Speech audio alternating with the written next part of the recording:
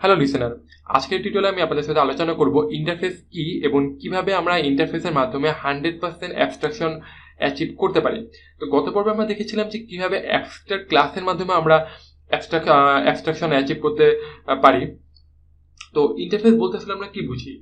Interface same like as a class, but একটু different হলো ইন্টারফেসের মধ্যে যে মেথডগুলো আমরা ডিক্লেয়ার করব ওই মেথডগুলা ইন্টারনালি প্রত্যেকটা মেথডই আসলে হয়ে যাবে অ্যাবস্ট্রাক্ট মেথড। দ্যাট মিনস প্রত্যেকটা মেথডেরই কোনো বডি পার্ট থাকবে না এবং এর মাধ্যমে আসলে আমরা 100% অ্যাবস্ট্রাকশনটা অ্যাচিভ করতে পারি। তো এই ইন্টারফেসটা ইউজ করতে গেলে আমাদের কিছু রুলস এবং রেগুলেশন মেনে চলতে হয়। তো এগুলো হলো, জাস্ট আমি ফার্স্ট আপনাদেরকে একটু বলে নিই। আমরা যখন কোনো ইন্টারফেস ক্রিয়েট করি তখন ওই ইন্টারফেসের জন্য কোনো অবজেক্ট ক্রিয়েট করা যায় না এবং ইন্টারফেসের কোনো কনস্ট্রাক্টরও কিন্তু হয় না। যখন আমরা কোনো ক্লাস ক্রিয়েট করি তখন কিন্তু অটোমেটিক্যালি কনস্ট্রাক্টর ক্রিয়েট হয়ে যায়, বাট ইন্টারফেসের ক্ষেত্রে কিন্তু এই কনস্ট্রাক্টরটি ক্রিয়েট হয় না। এবং একটা ক্লাস যখন কোনো ইন্টারফেসকে ইমপ্লিমেন্ট করবে তখন ওই ক্লাস ইন্টারফেসের মধ্যে যতগুলো মেথড থাকবে সবগুলো মেথডকে মাস্ট বি তাকে ইমপ্লিমেন্ট করতেই হবে, বিকজ ইন্টারফেসের মধ্যে প্রত্যেকটা মেথডই কিন্তু অ্যাবস্ট্রাক্ট মেথড। এবং ইন্টারফেসের মধ্যে আমি যদি কোনো ভেরিয়েবল ডিক্লেয়ার করি তখন কম্পাইলার কি করে, অটোমেটিক সেই ভেরিয়েবলে আগে পাবলিক স্ট্যাটিক ফাইনাল ডিক্লেয়ার করে দেয়। এবং আমি ইন্টারফেসের মধ্যে যদি কোনো মেথড ডিক্লেয়ার করি, জাস্ট নর্মাল একটা মেথড, যেমন ভয়েড অ্যাডিশন আমি একটি মেথড ডিক্লেয়ার করলাম, বাট কম্পাইলার কি করবে, সেই মেথডের আগে ইন্টারনালি সে কি করবে, পাবলিক অ্যাবস্ট্রাক্ট এই দুটি কিওয়ার্ড সে দিয়ে দেয়।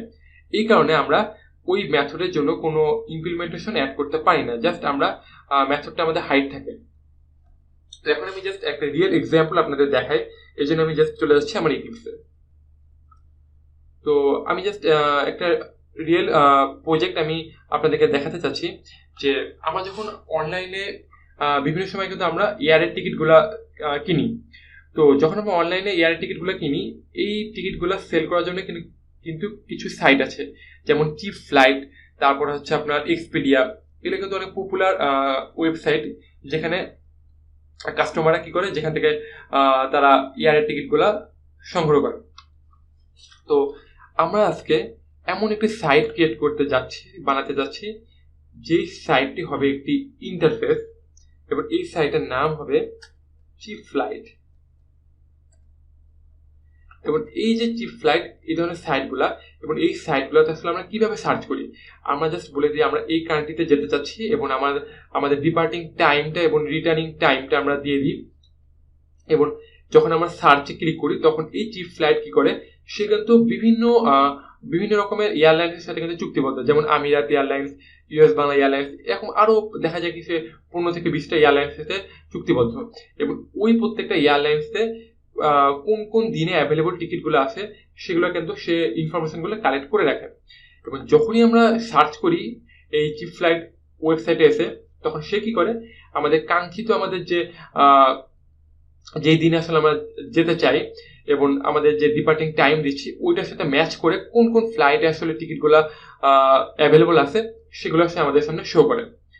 তো এই জন্য চিপ ফ্লাইট একটি মেথড ক্রিয়েট করবে এই সাইটটি। মেথডটি এমন হবে যে gate all available flight.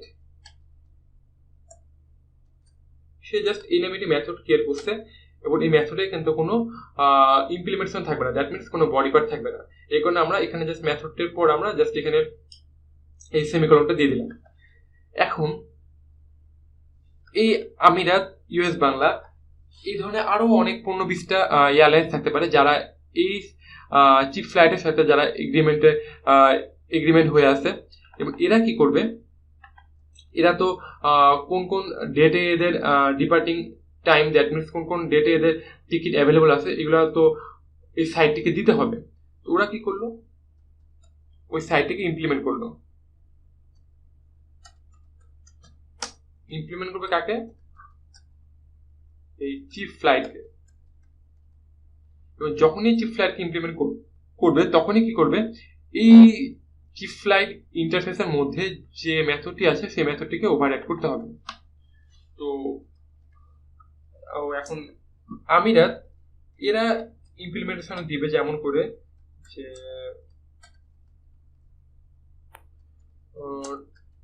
2 seats is available for Saturday. তো এখানে আমি জাস্ট এটা যে আমিরাতি দিচ্ছি এই জন্য আমি জাস্ট এখানে একটু লিখে নিই যে এটা আমিরাত দিচ্ছে। তো একইভাবে ইউএস বাংলা কিন্তু কি করবে, ইমপ্লিমেন্ট করবে। কাকে ইমপ্লিমেন্ট করবে? চিপ ফ্লাইটকে, বিকজ তাকে চিপ ফ্লাইটের মধ্যে যে মেথডটি আছে সেটাকে ইমপ্লিমেন্ট করতে হবে। এবং আমরা এখান থেকে অ্যাড আনইমপ্লিমেন্টেড মেথড, আমরা মেথডটিকে ওভাররাইড করে ফেললাম এবং আমরা এখান থেকে নিজেদের মতো করে ইমপ্লিমেন্টেশন দিয়ে দিলাম। এখানে আমরা লিখে দিচ্ছি জাস্ট ইউএস বাংলা। এবং ইউএস বাংলা বললো কি আমাদের স্যাটারডে নেই, আমাদের সানডেতে 3টা টিকিট আমাদের অ্যাভেলেবল আছে। তো এই দেখুন এখন চিপ ফ্লাইট এরা কিন্তু আসলে জানে না যে এই আমিরাত ইউএস বাংলা এরা কোন উপায়ে আসলে তাদেরকে কোন কোন অ্যাভেলেবল টিকিটগুলো আছে এই ইনফরমেশনটা দিবে। ওরা জাস্ট জানে যে একটা মেথড লিখে দিল এবং ওই মেথডটা ওরা আমিরাত ইউএস বাংলা ইমপ্লিমেন্ট করে নিয়ে তাদের মতো করে লজিকগুলো অ্যাড করে দিবে এবং সে এখান থেকে ইনফরমেশন পেয়ে যাবে যে কোন কোন টিকিটগুলো খালি আছে। তো এখন ইউজার কি করবে? ইউজার তো সে জানে না যে কোনটার মধ্যে খালি আছে। ও জাস্ট একটা কি করলো, ও এই চিপ ফ্লাইটের একটি রেফারেন্স ক্রিয়েট করবে। Cheap flight c equals to new আমিরাত। তো এখন যখন c ডট দিয়ে যখন সে গেট অল অ্যাভেলেবল ফ্লাইট দিয়ে সার্চ করবে, এই অবস্থায় যদি আমরা প্রোগ্রামটা রান করি তখন দেখতে পাচ্ছেন যে আমিরাত কি প্রিন্ট করেছে যে 2টা seat is available for Saturday.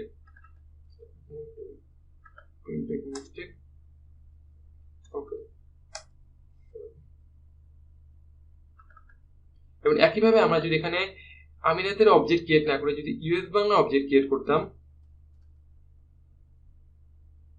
এই অবস্থায় যে প্রোগ্রামটি রান করতাম তাহলে আমি ইউএস বাংলার কি কি সিট খালি আছে আমি কিন্তু দেখতে পাচ্ছি। দ্যাট মিনস আমরা কিন্তু চিপ ফ্লাইট এই সাইটটির মাধ্যমে কিন্তু আমরা ডিফারেন্ট কোন কোন এয়ারলাইন্সের সিটগুলো অ্যাভেলেবল আছে সেগুলো কিন্তু সবই আমরা দেখতে পাচ্ছি।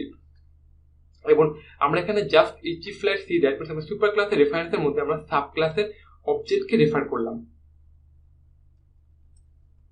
তো এখন আমাদের আশা করি আমাদের সবার কনসেপ্টটা ক্লিয়ার হয়ে গেছে যে কিভাবে আসলে আমরা ইন্টারফেসের মাধ্যমে আমরা 100% অ্যাবস্ট্রাকশন অ্যাচিভ করতে পারি। বিকজ ইন্টারফেসের মধ্যে কিন্তু কোনো ইমপ্লিমেন্টেড কোনো মেথডই কিন্তু থাকবে না, সবগুলো মেথডই কিন্তু হাইড হয়ে থাকবে।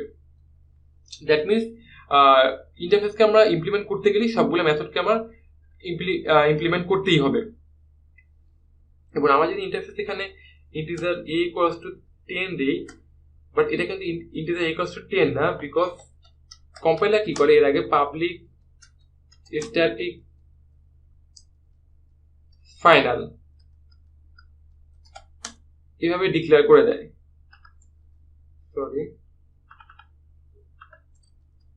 এইভাবে কিন্তু তার আগে কিন্তু এই পাবলিক স্ট্যাটিক ফাইনাল কিন্তু কম্পাইলার অটোমেটিক্যালি প্রোভাইড করে দেয়, যেটা আমরা আসলে দেখতে পাচ্ছি না। আর আরেকটা হলো যে আমরা কিন্তু কি করেছিলাম যে যখন আমরা কিন্তু অ্যাবস্ট্রাকশন করছি তখন আমরা দেখছি যে একটা ক্লাস কিন্তু আরেকটা ক্লাসকে এক্সটেন্ড করতে পারে, বাট ইন্টারফেসে কিন্তু একটা ক্লাস কিন্তু মাল্টিপল ইন্টারফেসকে ইমপ্লিমেন্ট করতে পারবে। দ্যাট মিনস আমরা যদি এখানে আরেকটা ইন্টারফেস ক্রিয়েট করি, সিম্পল আমি জাস্ট একটা ইন্টারফেস ক্রিয়েট করি, নাম দিলাম হচ্ছে এ নামে একটা ইন্টারফেস, সিম্পল। এখন আমি যদি এই আমিরাত ক্লাস থেকে যদি আমি ইমপ্লিমেন্ট করতে চাই তাহলে আমি কিন্তু দেখুন আমি কমা দিয়ে কিন্তু মাল্টিপল মানে ইন্টারফেসে কিন্তু আমরা ইমপ্লিমেন্ট করতে পারি। মানে আমি যখন এর মধ্যে একটি মেথড লিখি যে জাস্ট একটা সিম্পল মেথড ভয়েড বি আর কিছু না, বাট তাহলে দেখুন এখানে অটোমেটিক্যালি ইরর দিবে। এই আমিরাতে গেলে দেখুন ইরর দিচ্ছে, বিকজ এই যে আমরা যে ইন্টারফেসকে আমরা ইমপ্লিমেন্ট করলাম এর মধ্যে যে মেথডগুলো আছে সেটাকে কিন্তু আমরা ওভাররাইড করি নাই। দ্যাট মিনস সেটাকেও কিন্তু ওভাররাইড করতে হবে। দ্যাট মিনস আমরা যতগুলা ইন্টারফেসে আমরা ইমপ্লিমেন্ট করবো সবগুলাকে কিন্তু সবগুলোর মধ্যে যে মেথড আছে ওই মেথডগুলোকে কিন্তু অবশ্যই ইমপ্লিমেন্ট করতে হবে।